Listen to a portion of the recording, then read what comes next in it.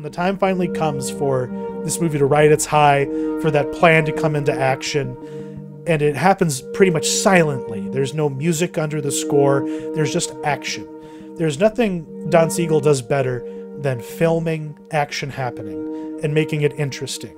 And if you like movies where it's just people doing things, even if it's simple, like figuring out how to weld, figuring out the best way to sneak in and out of your cell, then this is your movie. This kind of, to me, made the blueprint, even though I'm sure other movies did it before them.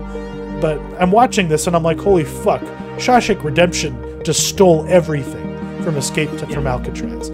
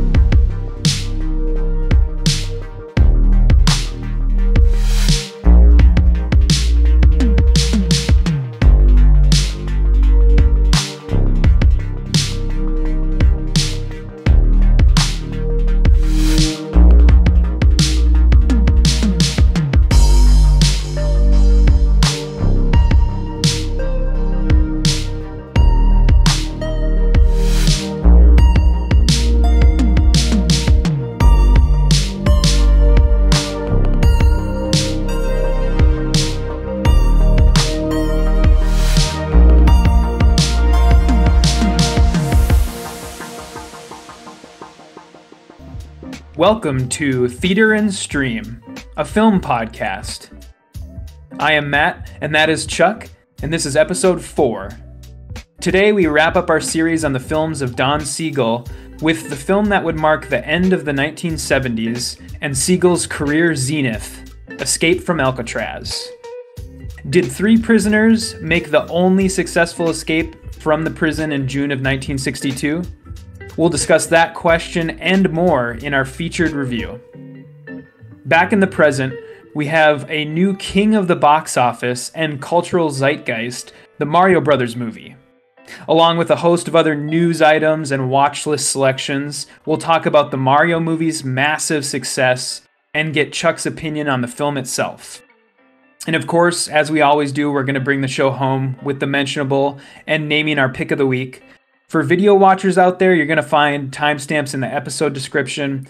And if you like what you see or hear, any feedback is always appreciated, whether it's a like and sub on YouTube or a rating on your podcast service of choice. But that's the business end of the show. Chuck, we have a ton to get into. Let's get right into it. Let's get right into it. I will just say, even if you have something mean to say, like if you think we're bad at our jobs, please tell us. We love spirited discourse and conversation, because that's the only way you keep things fresh in this world. Which is partially why theaters are looking more appealing, because streaming, not the new hotness it once was, because Hollywood's fallen back in love with theaters. This is something you, Matt, basically predicted was on the horizon based on Disney's trends with Star Wars. But how is the rest of the industry showing that the old way of doing things, the old paradigm, still has some viability? Yeah, this is sort of some hopeful news to go into our summer movie season here, that basically domestic box office is up more than 500% from 2021. The second largest theater chain in the U.S., Cineworld, that filed for bankruptcy last year, has exited bankruptcy, and they are now they're filing plans for reorganization. So they have some sort of hope that they're going to be able to make it. And the word on the street is that theaters, they're needed essentially. Never mind, basically the studios are coming back to the theaters, and they're basically saying with their tail between their legs, we're sorry for abandoning you for 2 years.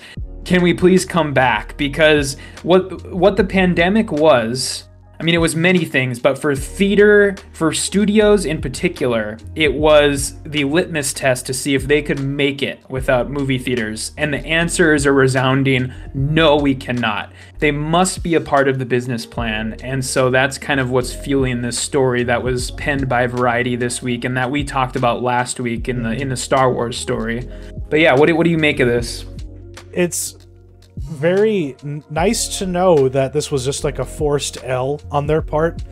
Like they could have put more effort into getting people to go to theaters again. Like, have a fucking coupon day. Like, if Jurassic Park can have coupon day, why doesn't AMC? Why don't they, like, you got to get the promotions. You got to get the experience level up. That's something I hear from business owners locally, small business owners. If you're not making, going to your, to patronize your place of business and experience, you're not getting the young people. You're not getting, the Gen Xers, and the millennials. Forget about the old heads. They were the only people keeping theaters afloat, even during COVID. The only time I saw people in a theater, they had white hair for a really long time there. But yeah, if you want to get young people to actually show up to like go see Bodies, I don't know how you market that better. You know what I mean? Something was missing, and it's that energy that we used to like thrive on, which was going to early releases of things, having that bespoke experience that you kind of created with your own environment, with the film fans around you. They got to get back to that. I guess it's almost similar to conventions in a way, but you make your local theater have that same feeling, because if you lose that, then yeah, people might as well just stay home and have that soulless relationship with that tiny screen on their phone. Because because people aren't enjoying that. People are pulling back from that too. When you look at the numbers for all that Disney streaming Star Wars content, it's quite diminished. In terms of how many people are actually watching it. And then look at what's happened in theaters last year. You give people a reason to fucking show up, and they will. And the same is happening this year too. Yeah, I mean, no matter what sort of entertainment category you're in, people are searching for those like in-person experiences now, because I think most people at this point are ready to go back out into the world again. And so, people are going back to restaurants. The number of vacations that people are planning are at an all-time high, from before the pandemic. People are going to concerts in record numbers again. So this is part of that. Yeah. And, what we're going to, there's two things we're going to learn from a little bit later in the show. It's that people will come out for your big blockbuster movies and your tentpole animated releases. And then number two, when we look at what the streaming services are announcing now, notice how in that HBO announcement that we're going to talk about in a bit here, not one movie was announced for HBO MAX. Everything was a TV show. And so we're no longer going to see day and date releases. We're no longer going to see, like, for the most part, streaming specific movies that just get dumped on streaming anymore. Everything's going to go back to the theater. You might get an occasional, indie movie that goes directly to a streaming service, but that's about it. And so even Netflix, even like we noticed this last week when we were just looking at future releases, for some reason Netflix is rolling out old ass movies from their catalog and giving them limited theatrical runs, because they might as well. They're not making money off of more subscriber numbers. All these weird little boutique art films that they've picked up are just collecting like figurative dust on their servers. No one's watching them. They know that no one is watching them. Once you remove it from the award season that they try and insert them into. So yeah, they might as well just curate like what's in my local theater. Oh, Netflix owns this theater in my local AMC, and only Netflix movies are played here. Maybe that's something that happens, because how else are they gonna make any profit off of the dead weight from some like random ass movie that Kenya Barris made for them? It's yeah. And here's the to kind of put a pin in this, the one thing from the pandemic that I do think is going to stick around, the one thing that studios kind of ripped out of the theater owners' hands, was the the amount of time between the theatrical release and the home release, because that over the pandemic that got shortened, and I think it's going to remain shortened for the most part. So the new sort of pipeline for releases is going to be like a month-long theatrical window, and then they'll put it on digital rental, premium rental. So it's going to be $20 to rent, because they're saying, oh, this movie's still in theaters, so if you're going to watch it at home, we're going to charge you $20 to rent it. And then only after, it's a premium rental for another month, then they'll drop the price down to $5 or $6, and they'll do the physical release of it, the disc release. And so that's going to be kind of the new pipeline, I think, going forward. And we've been seeing this pipeline slowly gestate ever since, what was it, Tower Heist? That was like the first major movie I remember. It was like shocking that it was something that you could just like get on demand at home. But I recall that it didn't really help that movie, make money at the box office. No. It was failed to begin with. But now, does that shortened theatrical exclusivity actually make it more like appealing to like for people to show up and see it? Does it actually drive interest to see it in a theater? Does it boost box office in a way? Because hey, this is the I'm only going to be able to see this in a theater for a short period of time, and then it's just going to be part of the slop that everybody is given. So in a way, like, does it make it more appealing to go see a movie in a theater now that you know that it's not going to be there for months?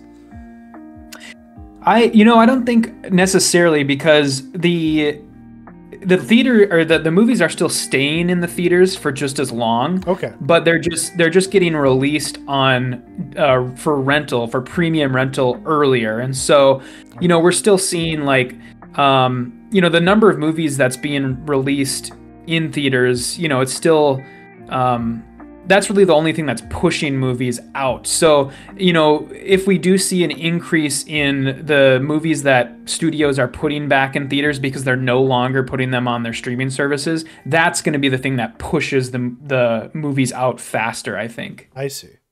Right on. Because, that just leads us to our next topic. Because like you alluded to, they're not making a lot of these, Max exclusives anymore. Now it is just full bore into the reality TV programming that David Zaslav loves, and his Discovery's bread and butter. And, some really, obvious choices for their HBO programming. But apparently HBO as a brand turns people off or something, because they determined, based on analysis, that they needed to just slice that off the top and just call their platform Max. What do we make of this rebranding? Oh man, I think it's awful. I mean, the thing about Max is it doesn't mean anything. Like the whole like Max name was just something that they could throw on the end of HBO to make the name of a service. It would be like if Apple TV Plus just renamed themselves Plus. Yeah. It literally means nothing. Like there's nothing associated with the word Max. And this is like, the lineage. I had HBO Now because but then HBO Go was specifically very separate from Now. It made your hair fall out, and then Max became a thing, and it made sense. But yeah, I guess it just didn't have the allure. But I don't understand how HBO is the problem here either. Like it makes no sense. To me, the only thing I can really think of is maybe people associate HBO with like very adult programming. They associate HBO with like shows that have a lot of sex and a lot of violence, and it's not good for their bottom dollar when they don't have, families with young children subscribing to their streaming service. And Max is just that weird little, AI voice that they're eventually going to create an entire AI character. There's going to be a chat bot within the platform that you'll just talk. It'll be the fusion, because that's what, like Siri and Alexa are. This is what's missing from the experience. And Max is just this, scrappy little boy who, is just a mascot. Ultimately, that's where I see this going. Yeah. But yeah, this pricing tier. This is the thing that pisses me off the most. They want me to pay an extra, $5 a month just so I can see 4K on your platform. It just makes all the other platforms that just give it to me, because they know it's what will keep me around. Like, making me pay a premium for this when I'm already paying a premium not to have ads forced upon me, it just makes me want to go back to physical media only and just, cut my cord again from all these streaming platforms. They're taking Succession away from me. Why should I stick around for this? Yeah, it's pretty awful. I mean, they're breaking something off that we already had access to for free, and they're turning it into like the premium feature. And HBO Max's 4K implementation has always been really bad, in my opinion. Like, they're one of the few streaming services where you don't know whether or not you're even watching in 4K because there's no indicators of it. Like, on Amazon Prime, you can bring up the menu and it'll say whether or not you're streaming in 4K, or in some other services you'll get a little icon in the corner of your screen that says Dolby Vision or HDR, but none of that happens on HBO, and I don't know why. And so half the time when I'm streaming their 4K content, I don't even think it is actually streaming in 4K. So I'm gonna personally stick to the middle tier is what I'm gonna do, because that's what I'm paying now, I believe. And if they get their ducks in a row, maybe I'll upgrade. But I mean, watching some of those Game of Thrones episodes that are apparently in 4K, it's really, really bad. Oh no. See, and that's always been kind of their problem with the execution. They never execute on their good ideas, and they just end up being trash, ultimately. But what did we make of some of the things they rolled out? Does this Penguin show interest you? Does the idea of a Matt Reeves, universe hopping between TV shows and movies, does that work? Yeah, I think so. I mean, this is sort of the first entry into this expanded Batman universe, this sort of sub-universe, this Elseworlds. And yeah, I'm looking forward to this. This, it has a really sort of, I don't know, like a mob movie type feel to it. And I like a lot of the people that are showing up in it. And this could be really interesting. And for the record, I think everything that we'll talk about here, I think I am excited for to some extent. I think they really kind of hit a home run with all the stuff that they announced. And we're not going to talk about everything that they announced, but I can say that I am excited for every single one of these things that they announced to some extent, maybe other than like the Gremlins animated show. Like I could do without that, but yes, I am excited for this.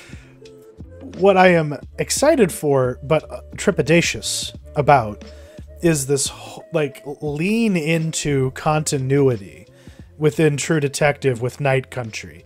Because I don't know if you saw it, but they have a big fucking spiral there for some fucking reason. Because season 3, like established that these things do take place in the same shared universe, if there is one. So is this just going to be are we going to see Cthulhu in this one? Because you can't tease me like this. You have the Arctic setting, you have the long night happening, and if I don't see it like a tentacle god in this, I might get pissed. Because what is this bringing to the table from what you can tell?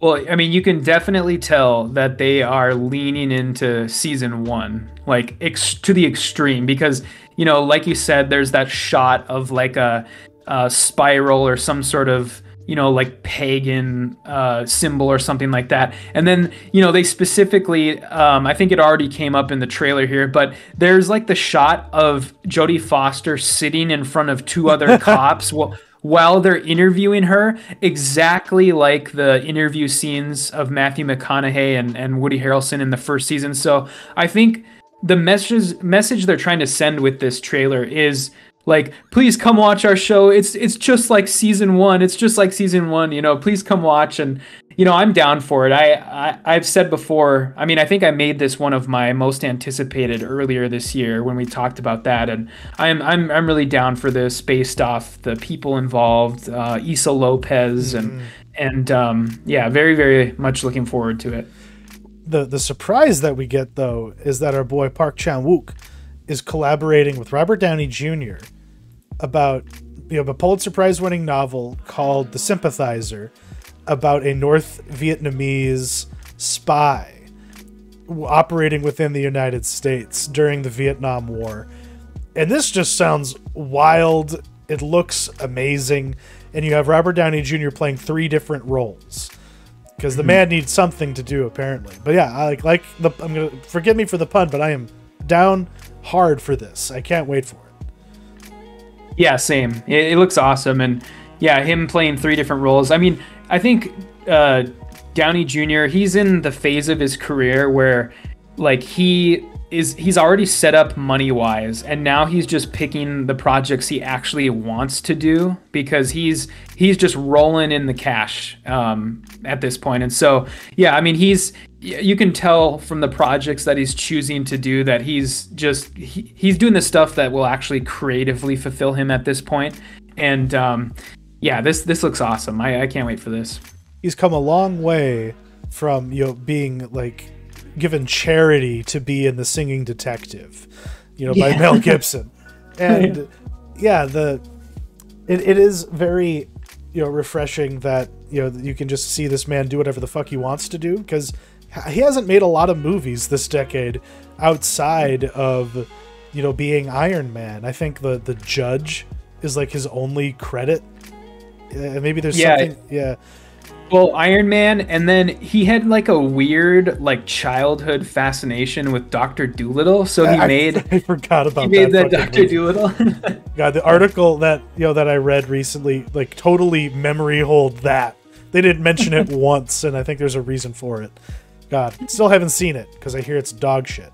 Yeah, But the larger, I guess, question is: this is the norm now, though?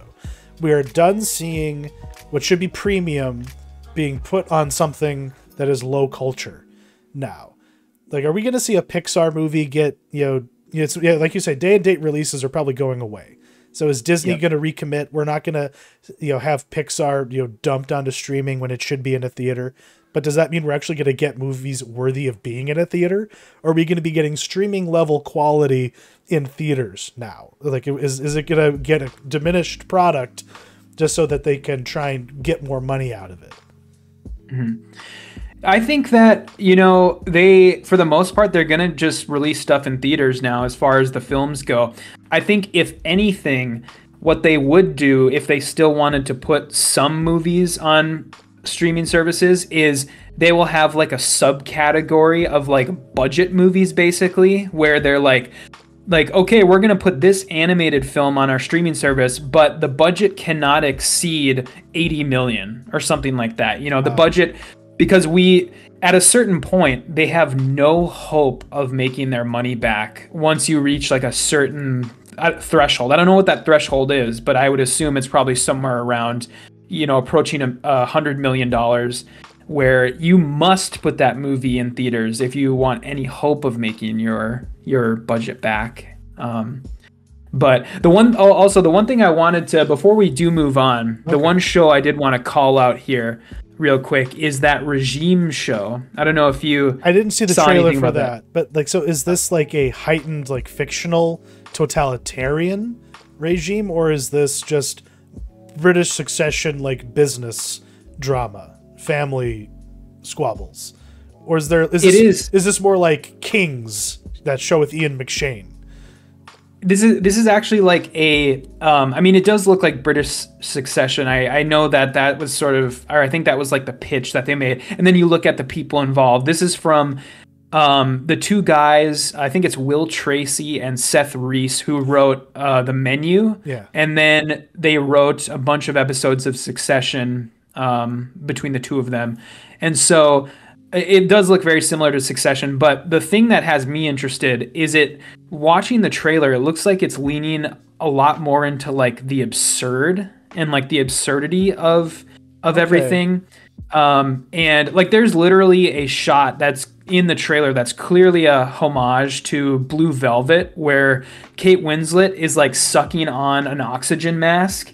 And so it looks pretty bonkers to me. And so, yeah, I just wanted to mention that one quick because I that's one of the ones I'm really looking forward to. It looks pretty. The only thing that kind of has me like on it is I think the one of the directors involved is Stephen Frears. Oh, really? Yeah, who's kind of like, I don't know. I've always thought he's a little bit too stuffy to be directing something like this. I mean, he is very British, but I don't know if he has like the style to take on something like this. But he's very much I don't know. He's like masterpiece theater. You know, yes. Like that's the vibe I get from him, because he did do some pretty worthwhile stuff over the years, but he's definitely fallen off. Because like, his name used to be one, because he did Croupier, right? No, he didn't. I think so. Oh. I guess based on what I'm looking at, he did not do Croupier. So okay. He did The Grifters though. So and High Fidelity and Dirty Pretty Things. So like he is a name that he's got some good stuff in his credits, but he's not as edgy as he used to be. Yeah. And you got to have something. You got to have some juice.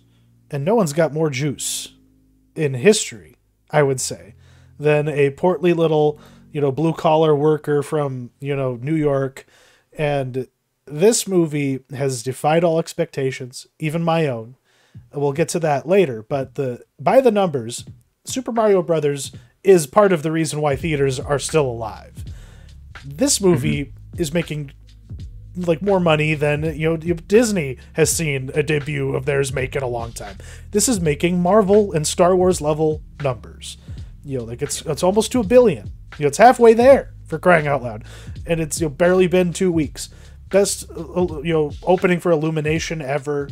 Best video game movie debut ever. I'm just having all these things fly across the screen.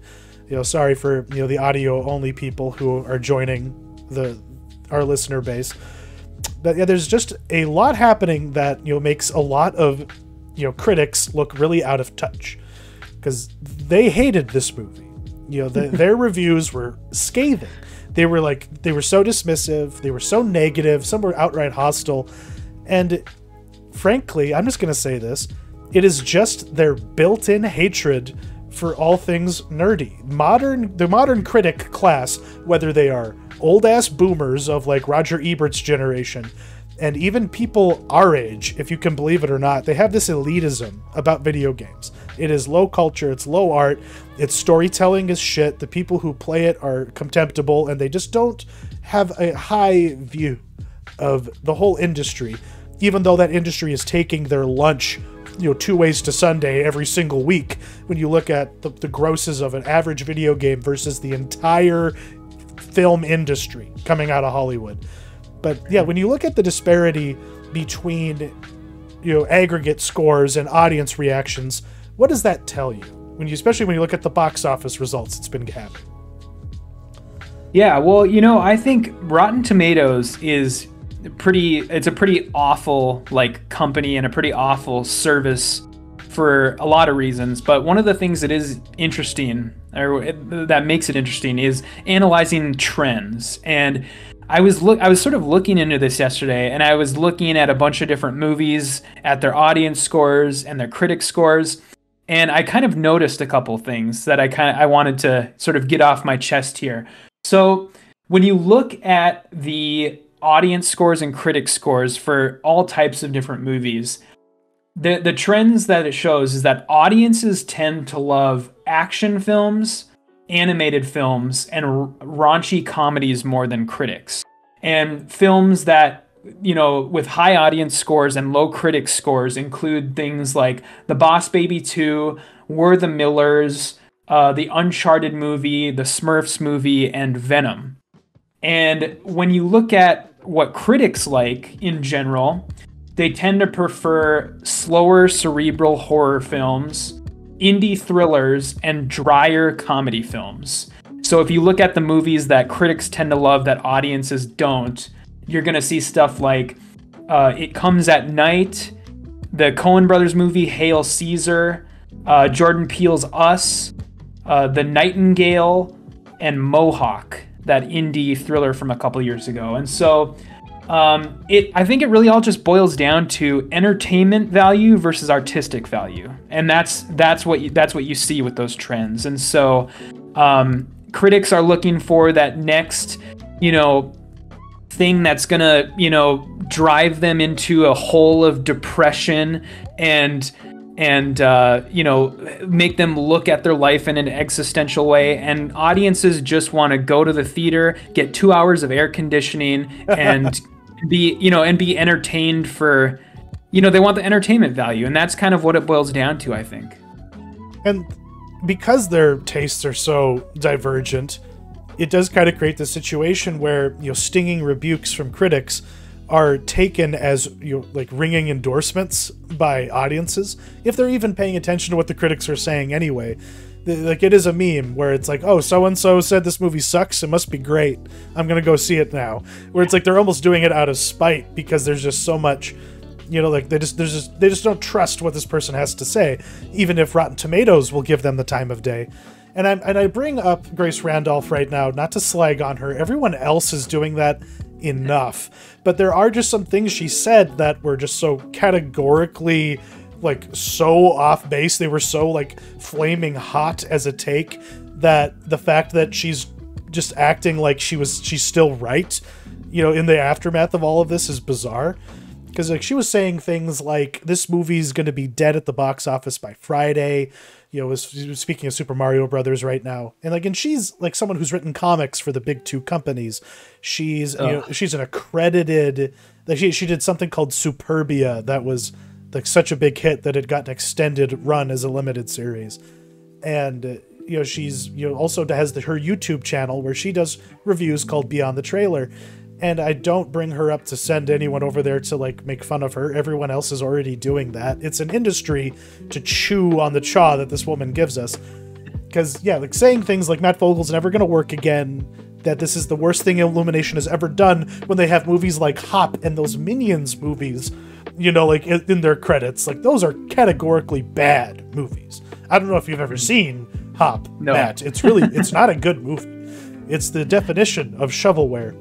And with Grace Randolph getting so unhinged and off the chain, it did just boil down to, this movie is catering too much to people I don't like, and I assume I don't like them because of their politics, and because this movie doesn't cater to my politics, I'm gonna just burn the whole house down. And after seeing this movie myself, I guess we'll kind of get to that after a little bit more discussion.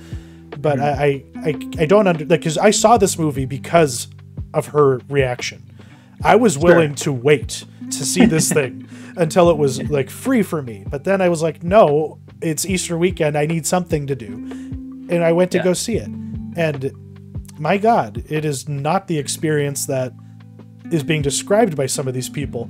But are we sick and tired of just people, getting histrionic over critics not liking things? Because, like, I watched a lot of that and I got really bored with it very quickly. Yeah, well, I had honestly never heard of this woman, so I went over, to look at her YouTube channel quick, and just kind of a quick scan of her YouTube channel, and you can tell that she's just a YouTube grifter who, like, contrarian, typical contrarian who she bases her opinions based on what's going to get her views, essentially. And so for me, it was a pretty, like, open shut case of just, 3-pointering her into the garbage can and never going back to her channel again. But, you had mentioned about how people, take critic rebukes as like a endorsement to go see the movie. And I think this particular movie was always going to be untouchable, like, no matter what. Like, no matter what score it got, this was, because it's Mario, this is like the definition of a 4-quadrant movie where you have, the nostalgia for the men and the women over 25, and you have the current Mario games, the kids with their 3DSs and their Switches for all of the kids under 25, the boys and girls. And so it's just the definition of a 4-quadrant movie, and so this movie was always going to do well. But I do think there certainly are people out there that would go see this solely because they think they're making some sort of political statement by doing so, or some sort of, by giving the film their $8 or their $10, they're somehow contributing into some sort of political cause. I'm voting with my dollars. Exactly. Yeah. And so, yeah, I mean, I do think there are people out. I mean, for me, there's people like that where, if I see that, for instance, Emmanuel Levy or Cole Smithy, those are like two of the big reviewers out there that if I see them give a positive or negative review of something, I know that my opinion is going to be the opposite of whatever they said, because they're such awful contrarians, and their tastes are they're so eclectic to the point of being stupid, or just complete stupidity, because they have such weird tastes, and they're off their rocker. But so yeah, I mean, there is people out there like that, but I think this film in particular was always going to do well. And it's because of what makes it a 4-quadrant movie. It's because so many generations have such a lived experience with the brand.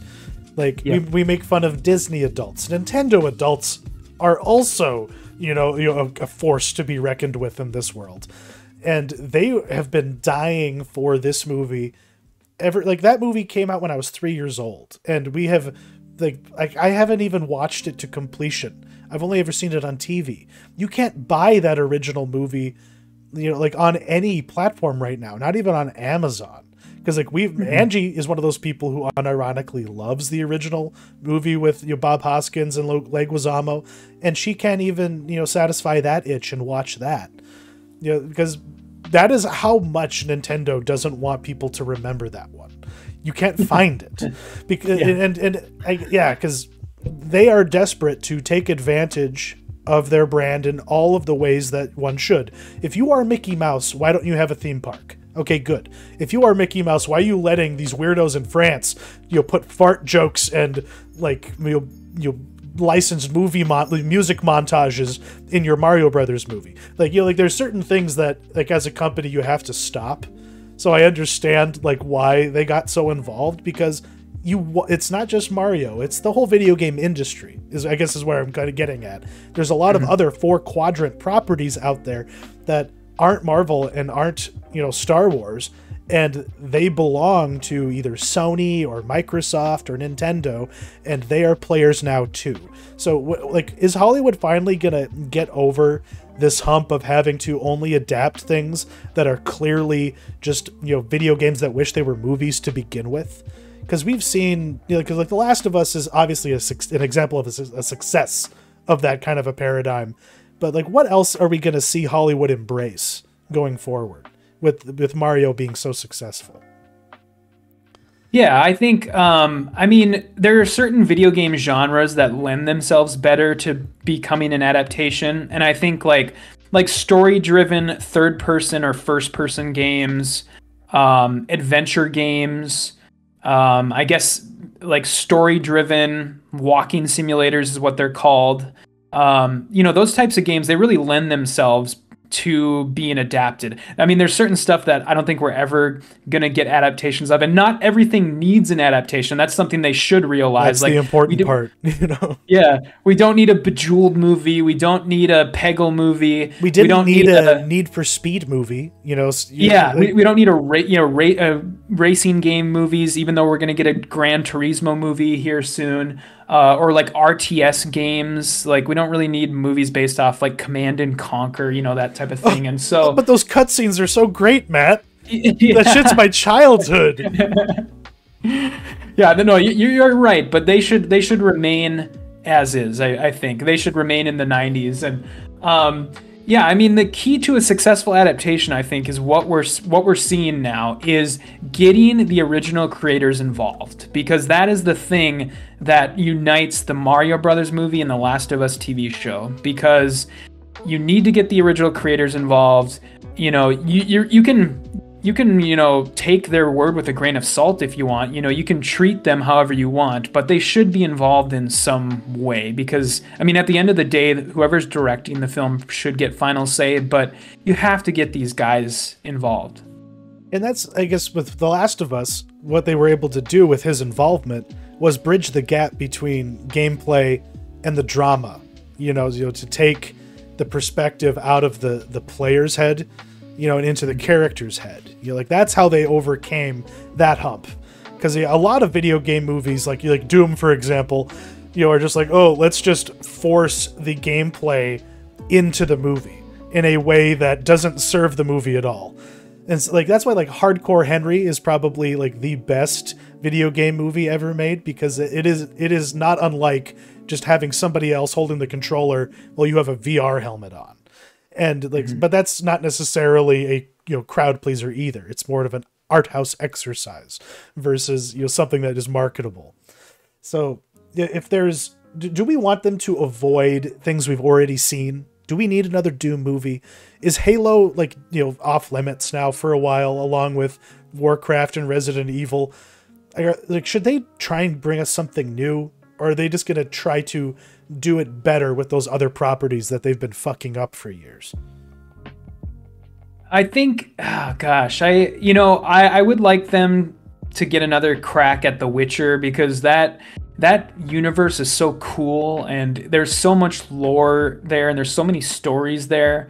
That is one in particular that I would love to see again. But I mean, there are certainly things that should have never been adapted in the first place. You had mentioned the Need for Speed movie. I don't think there's enough story there to do Doom. It's a fairly there's a premise there, certainly, but there's no real story there. And so I think they just need to pick and choose their things wisely. I mean, there's certain stuff that should definitely get another crack at, but it probably won't, because at this point, who knows how much longer Netflix is going to extend The Witcher out. I mean, if losing their lead actor didn't stop them, nothing's going to stop them. Yeah. Exactly. They'll just march that zombie out there until it's falling to pieces. If there was one thing that I would expect to happen, it would it's in terms of ones that haven't been made yet.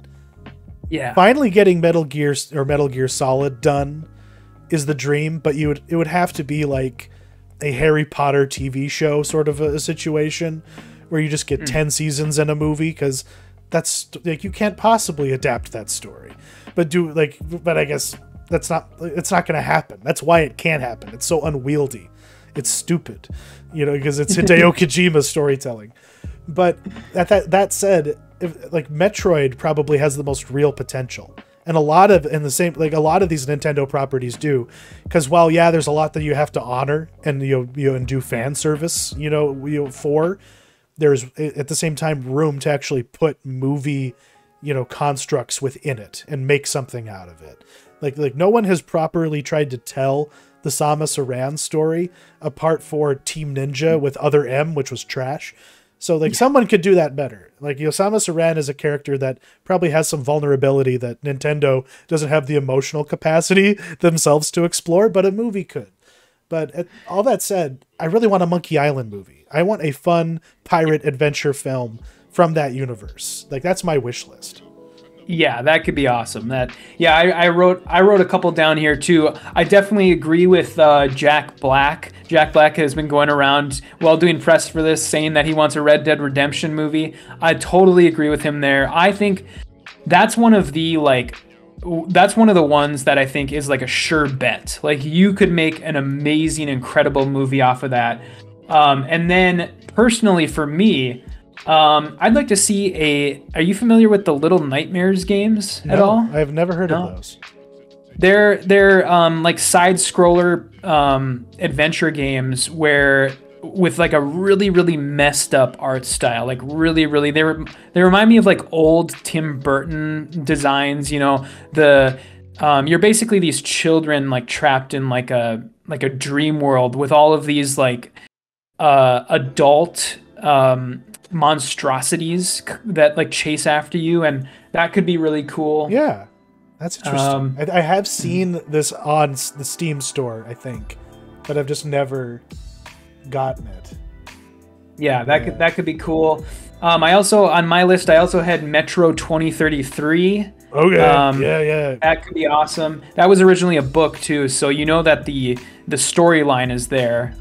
There's enough material there, and then also a Psychonauts movie that could be a really great, really great kids movie. A really great kids and adult movie. You know, that's kind of one of those movies that bridges the gap where it's a kids movie, but there's a little bit of potty humor there for the adults. And Guillermo del Toro. Just take that art style from your Pinocchio thing and do Psychonauts. Yeah, that's, oh man, yeah, that could be awesome. That could be awesome. Mm-hmm. But we don't. And then the last go. Oh, I was just gonna say the last thing I had on my list was: are you familiar with Disco Elysium? Yes. That game at all? I've been trying. Yeah. I've been playing it off and on for like a year. Mm-hmm. I just don't really have the time to sink into it, unfortunately, because I love the storytelling in that, and because it's a point and click like adventure game, but with dice rolls and things like that. So it's like a tabletop game, and I have no experience with that, but you could easily take that world. It's so fleshed out. Those characters are so it's already there. You don't have to do any work. Mm-hmm. Yeah, that would be one of my go-tos. Yeah, there's definitely a lot of material there. That one would probably lend itself a bit better maybe to a TV show. And there's a central mystery too to that game. You're a detective trying to figure out a murder, and so that's sort of the central mystery of the show. And so yeah, that was kind of my short list of stuff that I would like to see. But that's what's kind of the funny thing about this, because a lot of what makes those games appealing is that you as the player determine the outcomes, and that's and you shape who the character is, and that's been like the thing getting in the way of Mass Effect happening, because Legendary has had those rights for over 10 years. I have somewhere in storage a little like Hot Wheels Legendary car that we got at San Diego Comic-Con as a promo item because of the along with a copy of Mass Effect 2 on PlayStation 3, which I still have in the shrink wrap because I didn't have a PlayStation 3. But that's how long they've been sitting on this and doing nothing with it, because they're trying to, because I don't know, they just haven't cracked that nut yet, but it would be cool if they could. But there's a lot of weird things already in production and things that have been made recently that I didn't even know were video game movies. Like, the party game like Mafia. Yeah. Are you familiar with the variation like Werewolf? Who's the Werewolf? Yep. Someone made a video game around that premise. So it's basically just an Among Us clone with werewolves, and that had a fucking movie made last year. Yeah, wasn't that oh gosh, I can't remember his name. Wasn't that like a Jim Cummings movie? No, that's a different movie. Okay. That's a different movie. Jim Cummings is pure. That was a labor of love. Yeah, God, because that's like something of Wolf Hollow or something like that. Yeah, okay, I'm getting them mixed up. Yeah. This is definitely inspired by a Among Us clone video game that just happened to have werewolves in it, and that's where it's like, okay, guys, calm the fuck down. We don't need that. Give us things we actually care about, things that actually serve the Switch, in medium. Because otherwise you wind up with trash like Dead or Alive or Tekken movies, because nobody wanted that crap.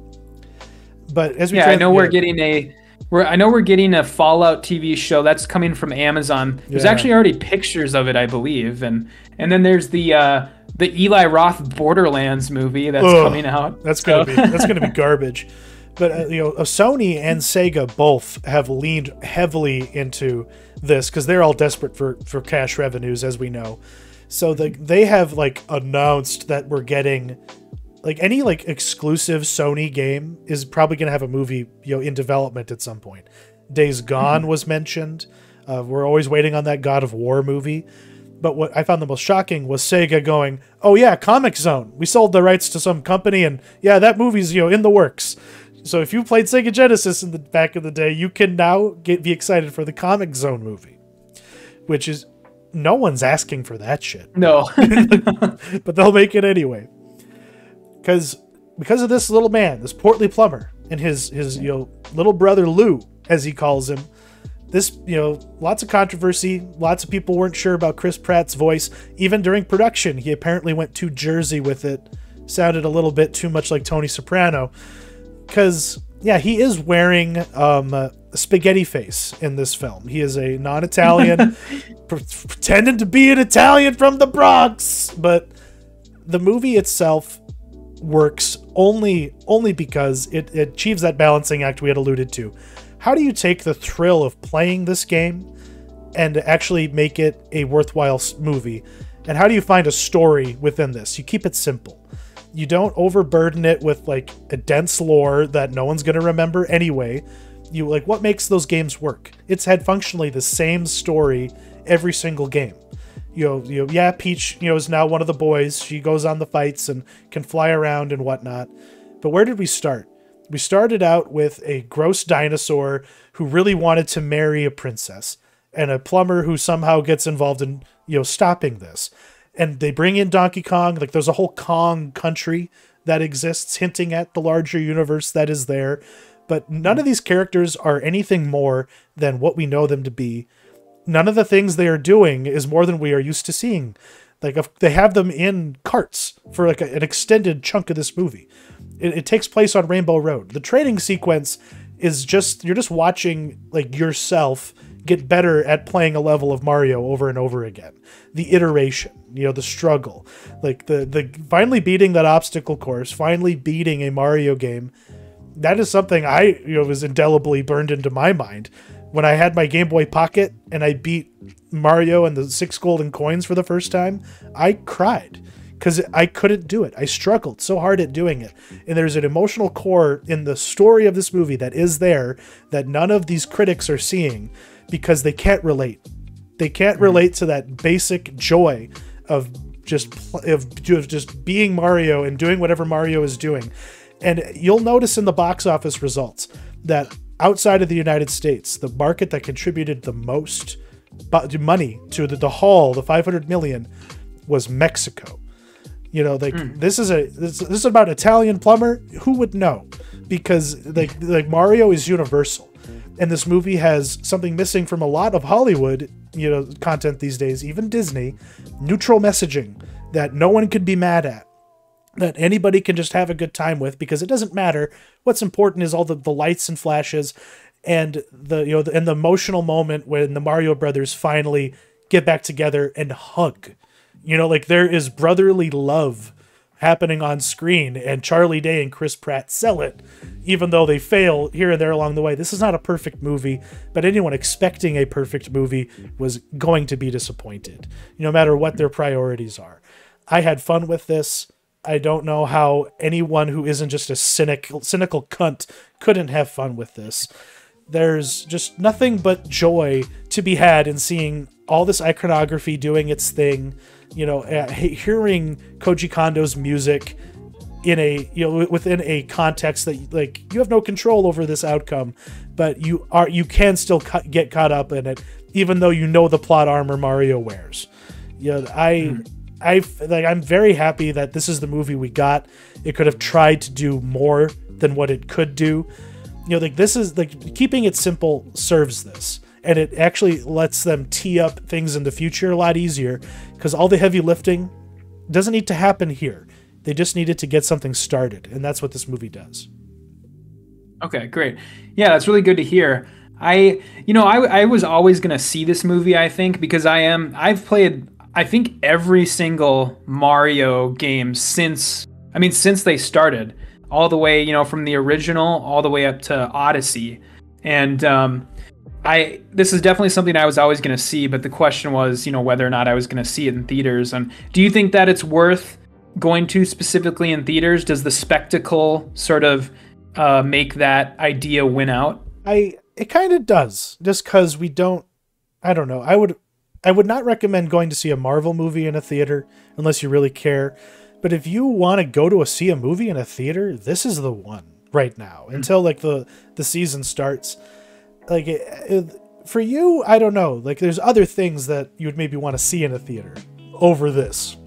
But if you got nothing going on, this is a perfect matinee movie. It doesn't offend, it doesn't stick around too long. So yeah, you could easily just use like an hour and a half of your day and then still have more things to do and not feel like a piece of crap after you walk out of it. Because yeah, like it doesn't reinvent the wheel, because the wheel rolls fine, and there's going to be something that you'll get out of it, even if it is just like a small like wave of elation at the recognition of, oh, that's what that is. Oh, that's obviously Yoshi in his shell. Why is he there? Why isn't he opened up yet? Well, dummy, because he's not in this movie yet, but he's gonna be. And you know what I mean? Like I'll spoil that, but just know that like everybody is there. Everything is honored, and there's gonna be something to come back for. Like, they got their hooks in me, I guess. I'm interested in seeing whatever the Zelda movie is going to be, but I would hope that Shigeru Miyamoto would give them some more room to play with Zelda, because that's the games that truly have emotional resonance of all of Nintendo's games, and more lore to work with. So I mean, I maybe wouldn't trust Illumination with Zelda, I'll say that. I don't know who I would trust with Zelda, but if you're gonna make a CG animated family film, you can't. But then again, this isn't just a family film. This is a love letter for Nintendo fans. It's a lullaby for a generation. Just approach it from that angle. Speaking of the just changes in generation, changes in legacy, a big fat fucking spoiler warning as we move on in the watch list here. If you watch Succession, if you care about that show, if you have not seen Season 4, Episode 3, Connor's Wedding, get the fuck out of here. It's already been spoiled for you, surely, at this point. But what did you know? Did you expect this? Because I was like, on Sunday, you just sent me a message and were like, motherfucker, have you seen this yet? Be careful. Because like, what do you have to say now that we're past the spoiler? Oh man, yeah, this looked like any other typical episode of Succession, and it seemed like it too. We knew that it was called Connor's Wedding, and this just seemed like it was going to be, one of those Succession episodes where all the rich people gathered together in one extravagant place, like what often happens in this show. And it was anything but, because we should have seen the signs. That's the first thing I'll say, is that they were selling this in the previous 2 episodes so much, and it's crazy that nobody called this, because you had the conversations about death, and you had the big speech at ATN that Logan Roy gave, that he literally ends with, "I'm gonna be in here a lot more from now on," and you had the final sort of scene with his kids, where he literally ends it by saying, "You are not serious people," and that's the last thing he ever said to his kids. But yes, we saw the death of Logan Roy in this episode. They finally made good on the promise of that pilot, basically. Yeah. So yeah, let's start here before we get into where do we go from here. What did you make of the episode itself? It's probably one of the best episodes of television that's ever been made. I'll be hyperbolic and just say that, because it has an immediacy and a reality to it, where it's like you think it's just business as usual for those first 10 minutes, and then all of a sudden you got Tom on the phone, and in my mind I was like, he's fucking with him. This is all a game. Yeah. He is playing pretend. There is no way that man is dead in the bathroom right now or dying on a plane right now. And because the characters themselves are in that same place. They don't buy it. They think they're being fucked with. They think Roman even says he's just testing us. He's just been gaslit to such an extent that they can't even grapple with the reality of the moment. And there was just it was great acting all the way through.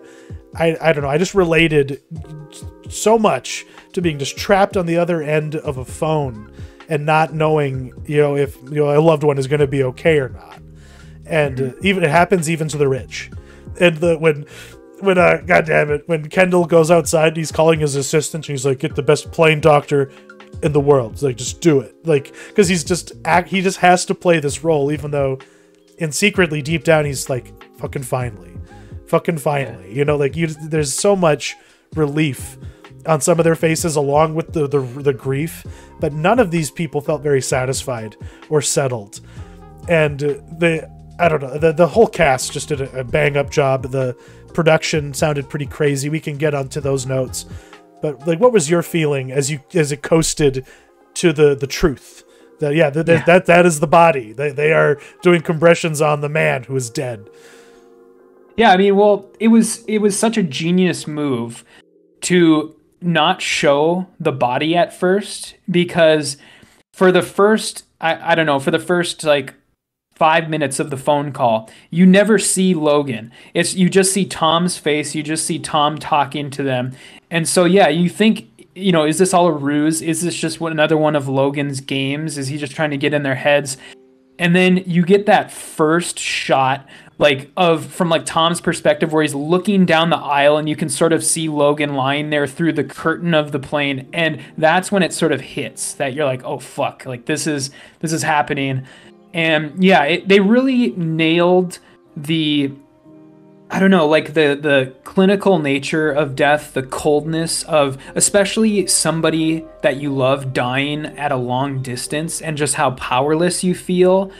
And also like the idea of having to like immediately move on, because, you know, in real life, in movies, death is often portrayed as like something that, you know, happens immediately, and then it kicks off like a marathon grieving session. But that's not really how it works in real life. In real life, it's like a person dies, their body gets whisked away, and you are left sort of continuing with your life, because you know that in, you know, 4 hours I'm going to be hungry.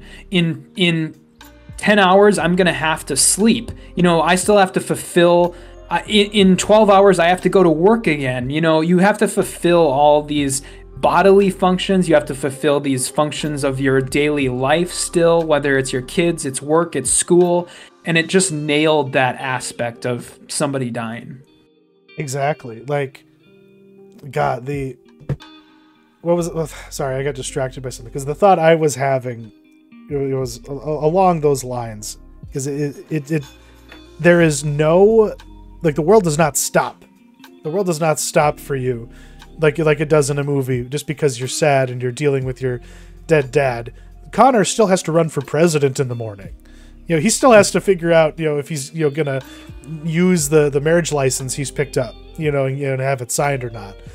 And now for these kids, as we've seen in the previews for the next episode, it's okay, we're carving up the body, who gets what, you know, like it's all just brass tacks.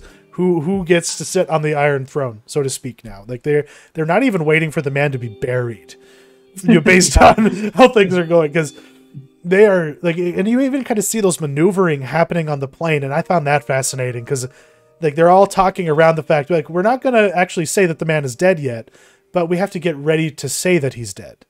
And we have to think, like, and how can we delay it? Can we wait till the market's closed? Like, just the corporate talk and that would go on in those scenes was fascinating, because it's probably real, you know. And you're just waiting for that other shoe to drop. And that's like at the end of the episode when they look at the stock tank, because, you know, cousin Greg accidentally let something slip to the reporter he was schmoozing with at the wedding. And then all of a sudden everybody knows, you know, before they can actually be in position to maneuver. But then they're also having to realize anything we say now is probably going to come up in it's going to come under congressional record. You know, it's all just going to be a part of some paper trail investigation. So we have to be very careful about, you know, how we proceed through this. And they're not at all thinking like people who are sad that their dad is dead. They are now thinking about, how do I protect myself? And it's going to be everyone's gonna slit someone's throat at some point over the rest of the show's, you know, final season. But Mark Mylod was really depressed in the interview he did with Variety that I read, just like the fact that the show is over, because he's just been so involved with it for so long, and he's always like come into shows typically like while they're in midstream, and taken them to fruition. This is the first time where he's been involved from the beginning, and and the fact that the ending is happening, and that's what's fascinating. We actually have heard a little bit more about that creative decision to end the show, and even to kill Logan. Like, this was in the cards when they were working on season 3. Okay. Yeah, I didn't know that. That's nice to hear that they actually, planned everything out. I mean, of course, this was probably always going to happen. You have these ideas in your head of how the show is going to end. And, to me, I always thought that the show was going to end with either, Kendall or Logan, like winning the, either one or two of them wins in the end, and that was always going to be the ending in my mind. But now suddenly this happens, and it's like all that is thrown out the window. And I don't know, what do you think? Where do they go from here? What do you think the next 7 episodes look like? And that's, I don't know, that you could really only predict that, if you're paying attention to reality a little bit, because there's been a lot of discourse about how this latest season has a lot of similarities to the real Murdoch family's power struggle between the kids and like Lachlan Murdoch specifically, and with Rupert Murdoch, the Fox News family. Lachlan is basically Kendall. Like, it's obvious as fuck, especially when you look up more about Lachlan. But he is the guy kind of who has taken the reins of Fox News now. Like, after they sold off the property to Disney, like they need to stop acting like the Murdochs weren't the prototype here. But the evidence that is being presented is that the sons and the children themselves are the ones feeding stuff to the writers of Succession. So they might have like denied it just to protect their sources, so to speak. But it's probably going to mirror how that was all chopped up. They're all going to be claiming different parts of it for themselves, or at least attempting to. So instead of like retaining control over the larger whole and carrying on their father's legacy, it's all just going to be a chop shop, a corporate $1 billion chop shop. The Gojo guy is going to be coming for his thing. Stewie and whatever the other guy's name are going to be also. I don't know. It's not going to go well for the kids. I think that something bad is going to happen, and one or all of them are going to be cut out of anything, and there's nothing to succeed to. I think that would be the ultimate ironic ending to this, is that there's all the big question is, how are these kids going to take over the family business? And instead the family business is just chopped up and taken from them instead. Yeah, I could see that. I mean, I think there's going to be, they're clearly hinting at some sort of, battle between the kids and the remaining like board members, or it's going to be the kids versus Carolina, Frank, Jerry, and sort of who, because those 3 people, they're going to maintain that the kids were estranged, and you have no business doing any of this because we are the actual people at the head of this company. And so there's going to be some sort of feud there. And I think like, Carrie is instantly gone. Like I wouldn't be surprised if we never see Carrie again now, because she's instantly reduced to nothing. Like she, in the course of one episode, she might get one more scene, but I think for the most part, we never see her again. Because Armstrong likes to do that a lot. There have been so many characters that have just disappeared from the show, like Holly Hunters.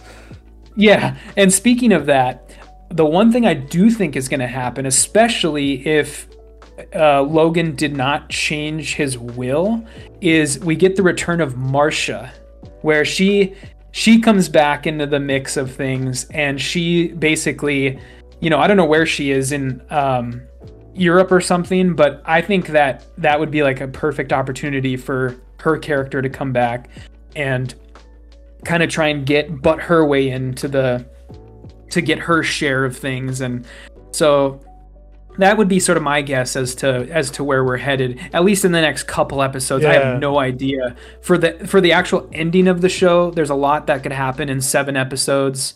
But yeah, that's where I think we're heading. Because it's a bold thing they did. They went above and beyond to make sure that no one expected this. They had Brian Cox come to set even after this episode to shoot dummy scenes that didn't exist, just so the paparazzi and the fan speculation wouldn't be there. Because he's still showing up for work. He's obviously still in the show. But yeah, they committed to the bit, and now I know that they were eschewing a Shakespearean death for the character, but the ending of the show is going to be Shakespearean as fuck, because yeah, all of those critters are going to start coming out of the woodwork, and they're all going to be stabbing each other in the back, and it's going to be glorious. And I can't wait to see.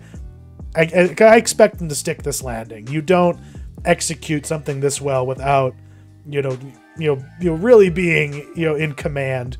And Jesse Armstrong certainly is the man with a plan, and I can't wait to see what he does next with whatever he has going on up there. But I hope it's just as good, if not better, than the last 4 years. So thank you, Brian Cox. We salute you. Go off to your McDonald's commercials and get that bag, baby. Now it's time to the quick hits part of the watch list. I'll go first. Speaking of family entertainment and Guillermo del Toro, I watched the final Puss in Boots film, The Last Wish. And I guess I was unaware of the involvement of anyone from the Spider-Man Into the Multiverse, but there are stretches of this where it goes from looking like a DreamWorks animated feature to looking like a herky-jerky Spider-Man. Like in this clip right here, it's hyper-stylized, the animation. And I really didn't know what to deal with that because it was jarring. And I don't know if I particularly like it, in this context. That said, the movie's great. It's probably the Shrek movie with the most heart. For a Shrek spinoff, it shouldn't be this good. And it's a proper send-off to a character that's rather disposable. But I love me some Antonio Banderas, and this, it's a fitting end to his time with this character. And yeah, I guess it's it's worth it if you have Peacock, because that's where it's at. And you are reporting in from another New York Times Presents. Yeah, so just watched another one of these episodes of this Hulu series, documentary series.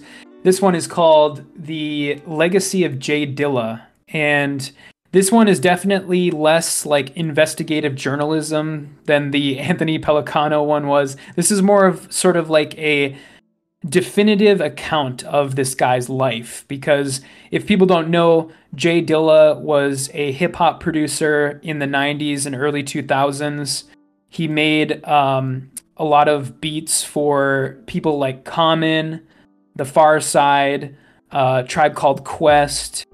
I think he did stuff for D'Angelo.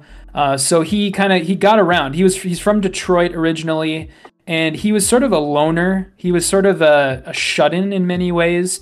He would just kind of spend a lot of time in his basement studio in his house, and he had thousands of records, and he was like one of the original like samplers. The guy, he was so good at sampling other stuff and making new music and new beats. And unfortunately, he passed away in 2006 at the age of 32. So Shit. His legacy is not very wide, but it is extremely deep, because he produced so much music in that time. And if you have heard of him, you've probably heard of his probably his most popular self-released album, Donuts, which has kind of had a resurgence in the past decade or so. But yeah, I just wanted to shout this out.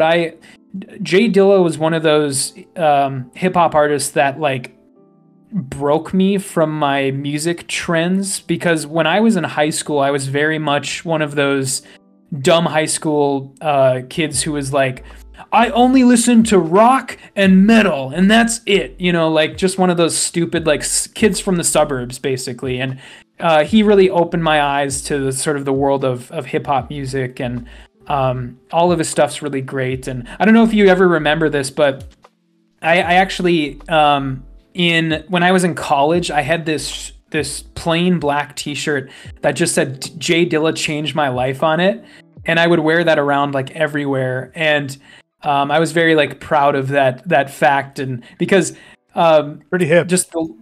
yeah, I was ahead of the curve. But one of the things that always stuck with me was I would wear that shirt to school all the time, or to when I would go to my classes at college. And there was this one guy. He was clearly like an older student, like one of those guys who went back to school in his late 20s or early 30s. But he was this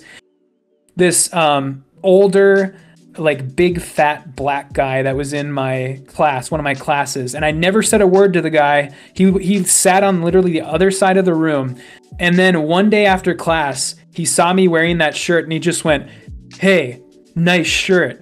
I love Jay Dilla." And that gave me so much like validation. I was like riding that high for like the rest of the day. And then we never said anything to each other ever again after that. But it was just something that like stuck in my mind. But real recognizes real, man. You know? Yeah. you gotta appreciate those moments.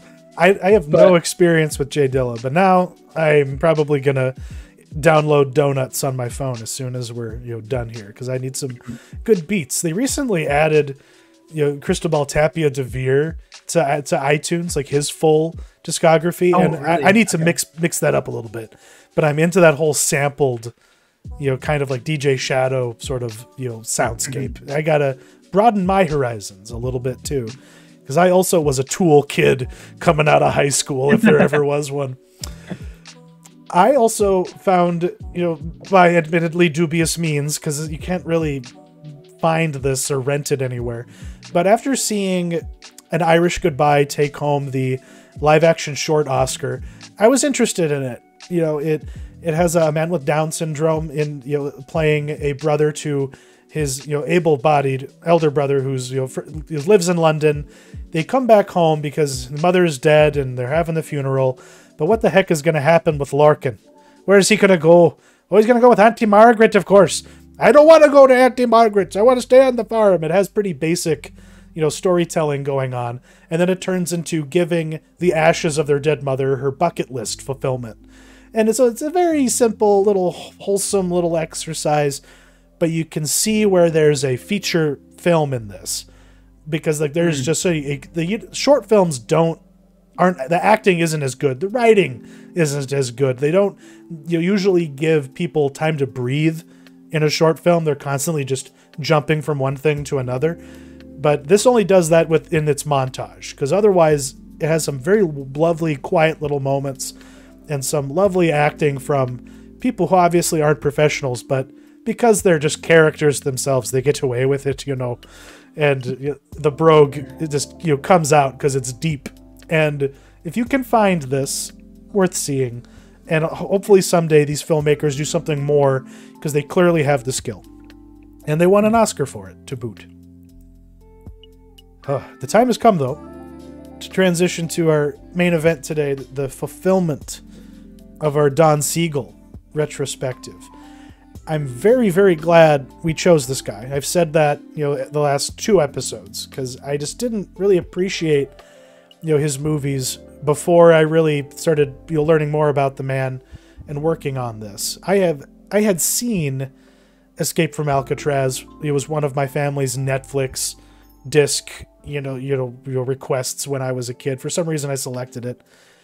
But this movie has a quiet intensity to it, and it is fundamental to Don Siegel's entire philosophy to filmmaking. I came across a documentary that's basically just an interview with Don Siegel, and within it, he just talks about his philosophy to filmmaking. And to him, action movies are never about the action themselves. And his movies, anyway. You look at that opening sequence of Dirty Harry, where not the opening, but just when the bank robbery happens, and there's just all that buildup and that anticipation to it. It's like action is in the anticipation of the disaster, not necessarily in just it playing out. And this movie, you are just constantly waiting for that other shoe to drop, for that action to finally just erupt, and it never quite does. In terms of like the escape. It's like when the time finally comes for this movie to ride its high, for that plan to come into action, and it happens pretty much silently. There's no music under the score. There's just action. There's nothing Don Siegel does better than filming action happening and making it interesting. And if you like movies where it's just people doing things, even if it's simple, like figuring out how to weld, figuring out the best way to sneak in and out of your cell, then this is your movie. This kind of, to me, made the blueprint, even though I'm sure other movies did it before them. But I'm watching this and I'm like, holy fuck, Shawshank Redemption just stole everything from from Alcatraz. Everything, down to the older, inmate who's your friend who has the illegal pet that needs food. The guy who finally just, has the one thing that he needs, taken from him to make it in the prison, and then the choice that person, winds up making. There's just so many things like that this movie, just did perfectly. And the characters within this, were just so effective and, memorable. And it's his finest hour as a director, I would say. He did the most with the least here. And it's just unfortunate that it led to the end of the collaboration with Eastwood, because they were both dueling over the rights to this book. Like, as soon as it was getting shopped around Hollywood, they both wanted it, and they outbid each other. Like, they were just constantly squabbling over it. And even after they compromised, it ended the partnership. They couldn't work with each other again. And it also signaled the downward trend of his career in terms of his output and whatnot. But he'll always have his hat to hang on this one, Don Siegel. And just a wonderful little action adventure movie from an era where they were allowed to be simple. There's a quote from the voice of Optimus Prime that I came across recently, where he talked about how he created the voice of Optimus Prime. And his Vietnam veteran brother imparted on him, it's like, if you're going to be a tough guy, just don't be a normal tough guy. Be gentle. Be strong enough to be gentle. And this exemplifies that kind of notion completely. Because this could have been a monstrous prison movie. Don Siegel had made these kinds of prison block movies before, but here was something that just, kept it simple and did it excellent. And I recommend this completely to anyone who hasn't seen it before. Yeah, same. I mean, the thing that, kind of struck me, thinking about this movie is it's really a testament to, like, more than anything, filming on location. Yeah. Because it's like, it's so well done. I mean, Alcatraz itself as a building, as a place, has been so, like, mythologized. And the fact that they actually filmed there, and they, like, the power plant on the island was, like, dead, so they had to, like, string power all the way from San Francisco in order to get all the electricity running. And, like, but it's just a testament to, they actually filmed there, and you really get the grody-ness and the griminess of it, and just how, like, gross and hopeless it was. And, like, a lot of those shots are so awesome when they're in, like, the yard and they're looking over the fence and you can see the skyline of San Francisco. And yeah, it's just, like, it really is a testament to that for me more than anything. And then, you add the movie itself on top of that. And especially, I mean, this is a movie about putting plans into action, and the things, like, I'm so fascinated by, like, the little workarounds and the shortcuts and the tricks that prisoners use to, get stuff done, or to, pass the time, or to get items they're not supposed to have in prison.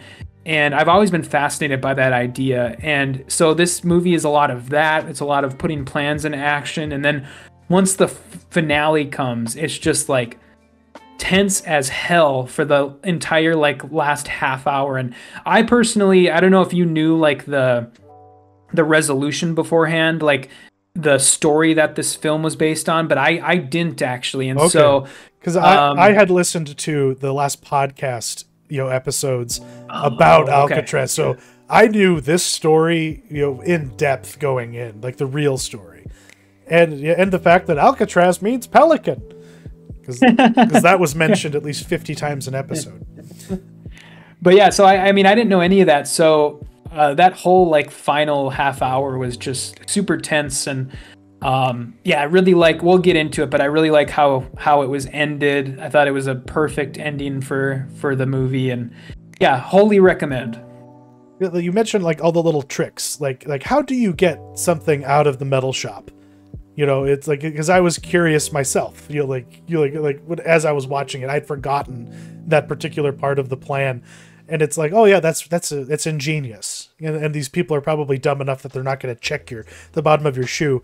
But what makes it clear in real life and in the movie is luck. They were so fucking lucky. Like so many things, they could have gotten caught so many times. The things have like their plan could have been fucked up by some random change in their situation. Oh yeah, like moving him out of that cell would have been catastrophic. You know, for example. So like the plan coming together, like the beauty of it often is all of the things that they couldn't have contingencies for. Like things just had to be the perfect storm of like their plans versus, you know, what they're able to actually execute. Yeah, the prison warden played by Patrick McGoohan, I think he's a construct. He's not someone who actually existed. But what did you think of, you know, his portrayal of that archetype? Yeah, I thought it was great, and I really liked how, I mean, he's just like a no nonsense. Like he just wants to, you know, he's like, he comes from the school of thought of, you know, punishment over reform, like this in the sort of like criminal law school of thought, and then I love how like but you know, he still lets stuff get under his skin, and he shows that, like when Doc paints the picture of him, he paints all the other guards super flatteringly, and then his painting is like literally flipped around so that Doc doesn't have to look at it, and it's super like goofy looking, and he, you know, he lets that get under his skin, and you know, you can tell still that he's a very flawed man. He's very imperious at the same time. That exchange with Morris and him, where he's like, well, if people just weren't like a big fat bitch baby, maybe Doc would still have his fingers. You know, just like calling him out to his face directly, but the guy can't admit that his feelings were hurt and that he's the reason why. Yeah, it's all that scene fucked me up. Like when he raises the hatchet, and like for a second I'm like, is he gonna fucking kill the cop? Like I had forgotten. Like that's how long ago I saw this movie when I was like 12, and I hadn't seen it again since. So there was a lot that I just didn't grasp at the time. Like when the wolf character is like loaded up on him in the shower and basically saying, I'm gonna, you know, rape you. You know, like that was really menacing and terrifying. And every time that dude showed up, it just, dude, I had flashbacks to Oz. You know what I mean? And it's shocking that they would be so frank about that kind of thing. I guess it was 1979, but yeah, it wasn't in vogue to acknowledge that prison rape happened at that point. That male rape happened at all, you know, in Hollywood movies. It just wasn't something that came up. Yeah, definitely. Yeah. Yeah, and I mean, you're kind of talking about the characters, the sub characters of the movie, and so just kind of on that line of thought, you know, Doc is probably the heart of the movie too, and he's kind of he introduces the sort of symbolism of the movie, the chrysanthemum as sort of the symbol of freedom, and that's, you know, carried through the entire movie until literally the final minute of the movie, but. The one character that I wanted to really touch on was English, because, and I don't think we've mentioned him yet, but there's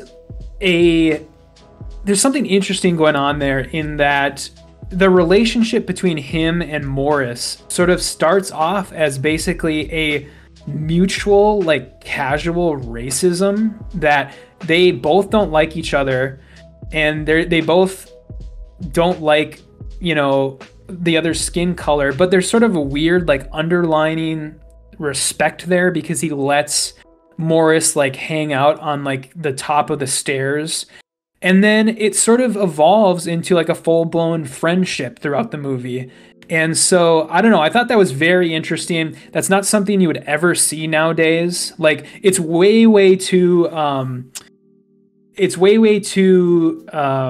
don't know, I don't want to say black and white, but it's too, people nowadays would basically look at that relationship and would just immediately call Morris a piece of shit and just kind of throw him out baby with the bathwater. And, there's something a lot more interesting going on in that relationship than a lot of modern movies would have the cojones to do, basically. Yeah, because like I don't know, in prison environments, I guess like this is just historically true even then. Obviously, yeah, there's no miscegenation between the races in a prison. Typically, it's frowned upon. Like it is a racist environment, and it is mostly compelled out of people. So like you could not be a racist person, but you have to operate like you are one, even in modern prisons, just because the whatever folk they are, if you are on the shit list and you're stepping out of line, the shit will rain on you. But as far as this movie is concerned, I think what it ultimately kind of points to is that even though like the acknowledgement eventually comes out between these two people who are at odds, that they are in the same boat, and ultimately they both want the same thing. They all want the same thing. They all want their freedom someday. Like Morris says, "Oh yeah, I've been to Atlanta, but I never saw it. Like I spent years there, but never saw it." And I don't know if this is still true, and it's definitely not true in the United States, but in Europe, if you escaped from prison, it wasn't a crime. Because it is a basic human desire and need to be free, and they don't begrudge someone no matter their reason for being in prison. If you escape, they're not going to hold that against you. They might bring you back to fulfill your sentence, but they don't tack more years on because of it. Because from their point of view, it's understandable. And even like towards the end of this movie, like English is what keeps the plan going. Because even though he's not he's not on board with the plan, but he knows it's happening, and he helps facilitate it. Because if he can't be free, at least Morris can. That is worth it enough to English to intervene in a situation that he typically wouldn't have involved himself in. Per the laws of the prison. But he does, because there's something that he wants to see through or help see come to fruition. And it's a beautiful thing. Like there should be things that unite us all, and it is all the things that that all this little bullshit like race and discrimination gets in the way of. We're like, if we all act like crabs in a bucket, then no one will ever get out. And that's what's really fucking refreshing about how that particular arc goes. Because instead of like keeping everyone trapped in the bucket, he's like, nah, you guys get out. I will make sure it happens. Mm-hmm. Yeah, so yeah, those were kind of the two characters I wanted to hit on. Is there anything else any of the sub characters you wanted to mention before we? I really liked Litmus, his fake Al Capone bit, and Charlie Butts, the unfortunate guy who couldn't make it out with the others. I don't know, they had the texture, and his meeting with his wife was heartbreaking. And when you find out like why he was sent to the Rock, because you assume you're sent to the Rock because you're a piece of shit and you deserve it, is kind of the implication. But he genuinely seemed like a guy who was just getting it stuck to him. Yeah, he might have stolen a car, but should he be within this hive of scum and villainy? Does he deserve that? Maybe not. Does he deserve freedom? Probably. And it's heartbreaking that he was the one guy who couldn't make it.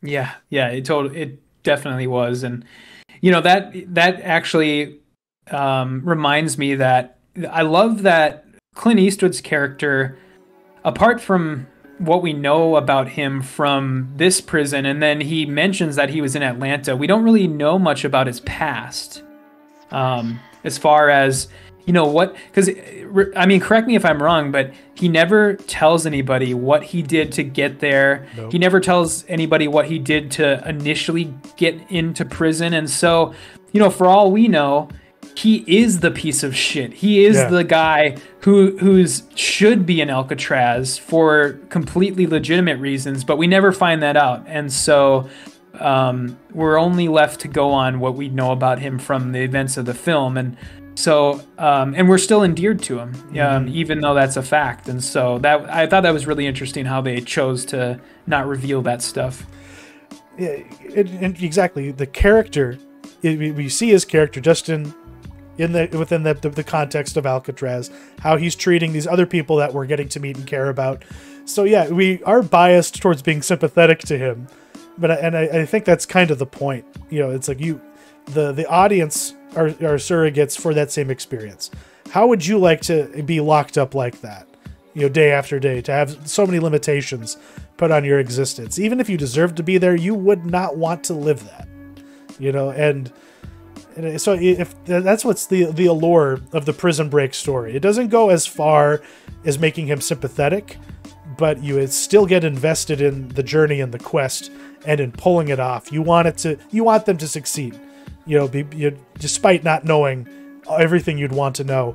And if this movie were made today, that ambiguity would not be allowed to exist. They would spill the beans in some way, but in doing so, tell you what you should think about the person, so that there's not as much freedom, as an audience member, for what your conclusions can be. The 70s were a great decade, man. They don't make movies like this anymore. Oh yeah, definitely.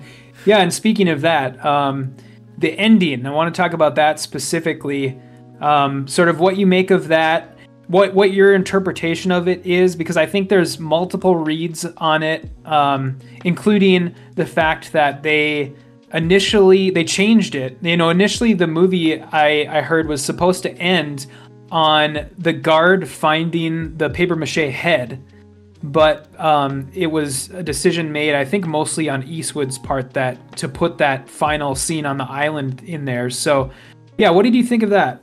Well, I prefer the ending that the movie got, because it alludes to the mystery, and yet again the ambiguity.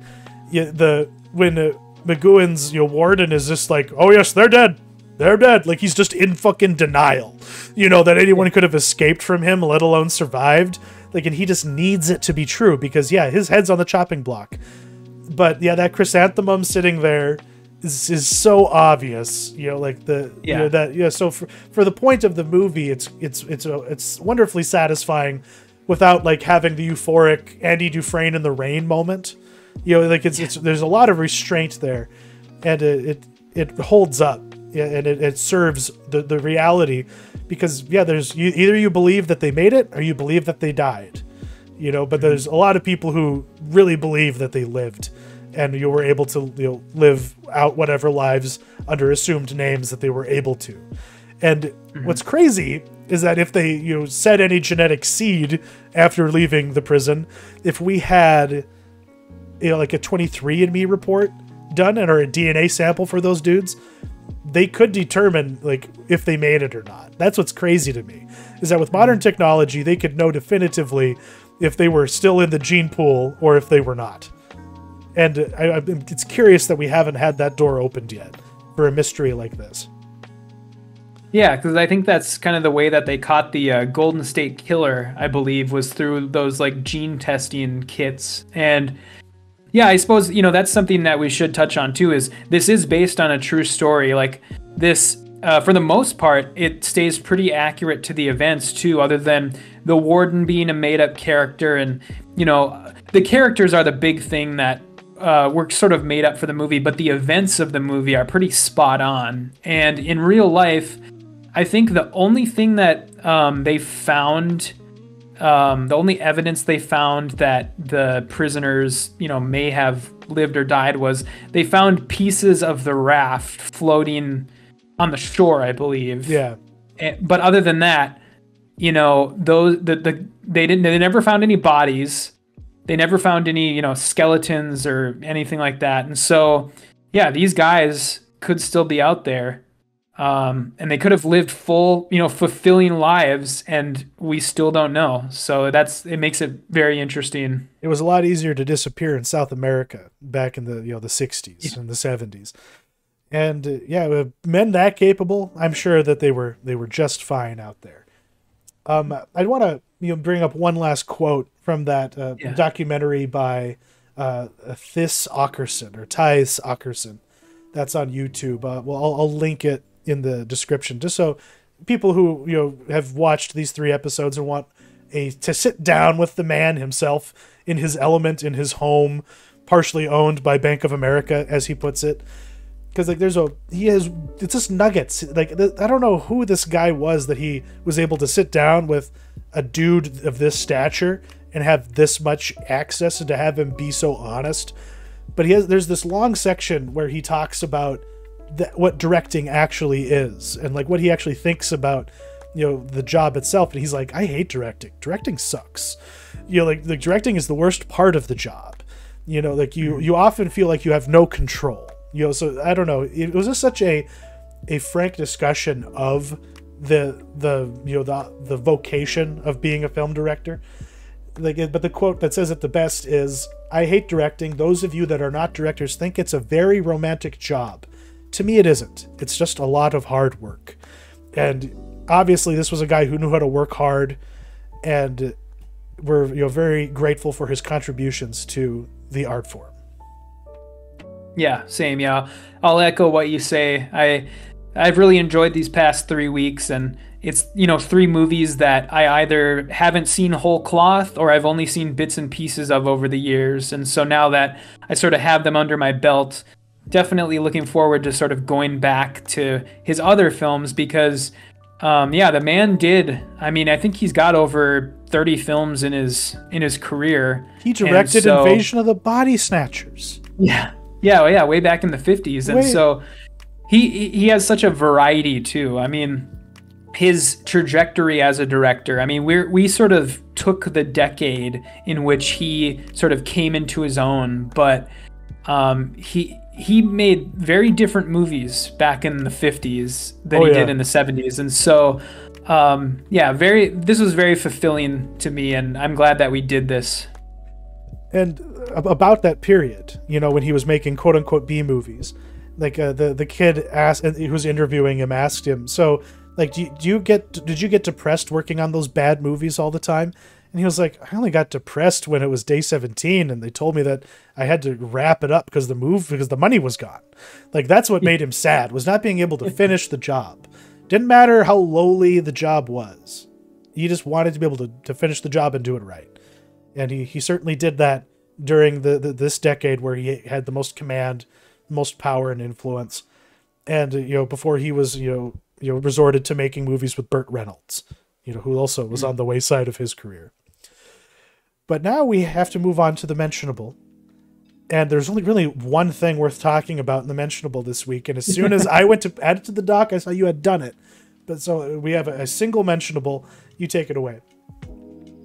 Yeah, so people are probably familiar with the Lo-Fi Girl YouTube channel with the lo-fi beats to study, relax to. And that channel actually this week added a second 24-hour live stream, and it was done after a week of teases where initially in the Lo-Fi Girl video that plays while you're watching the channel, a light appeared in the building in the background, and people were like, why is the light suddenly on? That's never happened before. And then slowly more and more stuff got added to the video, and then a countdown clock started, and when the countdown clock ended, it played this video of this boy in sort of a very similar environment to the Lo-Fi Girl, who him and his dog sit down at his computer, and then it started this new 24-hour stream, which is called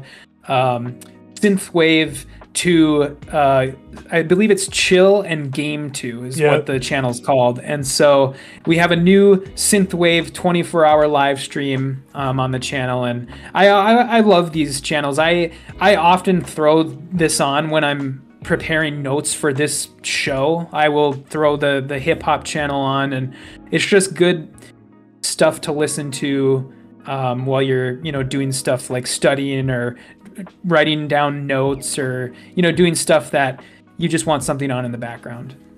Absolutely. And I just love the whole branding of lo-fi girls and synthwave boys. It's very cute and very clever, and it's a nice evolution, because there was a lot of concern that like she was going away, that like something was wrong with the channel. Like people were really freaked out, and it's good to know that instead we're getting something even cooler to game and relax to. What's your pick of the week? Yeah, it's got to be Escape from Alcatraz, probably. I mean, there was many good things to watch this week, but I just want to put that cap on our series, and it's a good way to go out. It's a good way to send out the decade, the 70s decade, and it's a good way to go out as far as our series goes. And it's probably my favorite of the 3 movies that we did end up watching, also. And so, yeah, just go seek out the films of Siegel if you already haven't, and that'll be my pick of the week. I'll echo that. He's a underappreciated master, and he deserves his flowers. So we're giving them to him now. And yeah, because I could say Mario, but I think everyone already has seen Mario who was going to. So seek out this underappreciated classic, because it's getting lost in the shuffle, because everyone is more interested in shit like Indiana Jones these days and the Star Wars, instead of just working man adventure films. Like this is what dock workers and pipe fitters go to see. But thank you everyone for watching, especially all of you people who discovered the Shootist or Shootist aficionados, and really boosted the view count of our last episode. Next week we're going to be going back to theaters. We're going to be checking out the Jewish odyssey that is Beau is Afraid, and the latest horror excursion in the Evil Dead universe, this time with a freaky mom. So looking forward to that. Take care, everyone, and have a good week. Yep. See ya.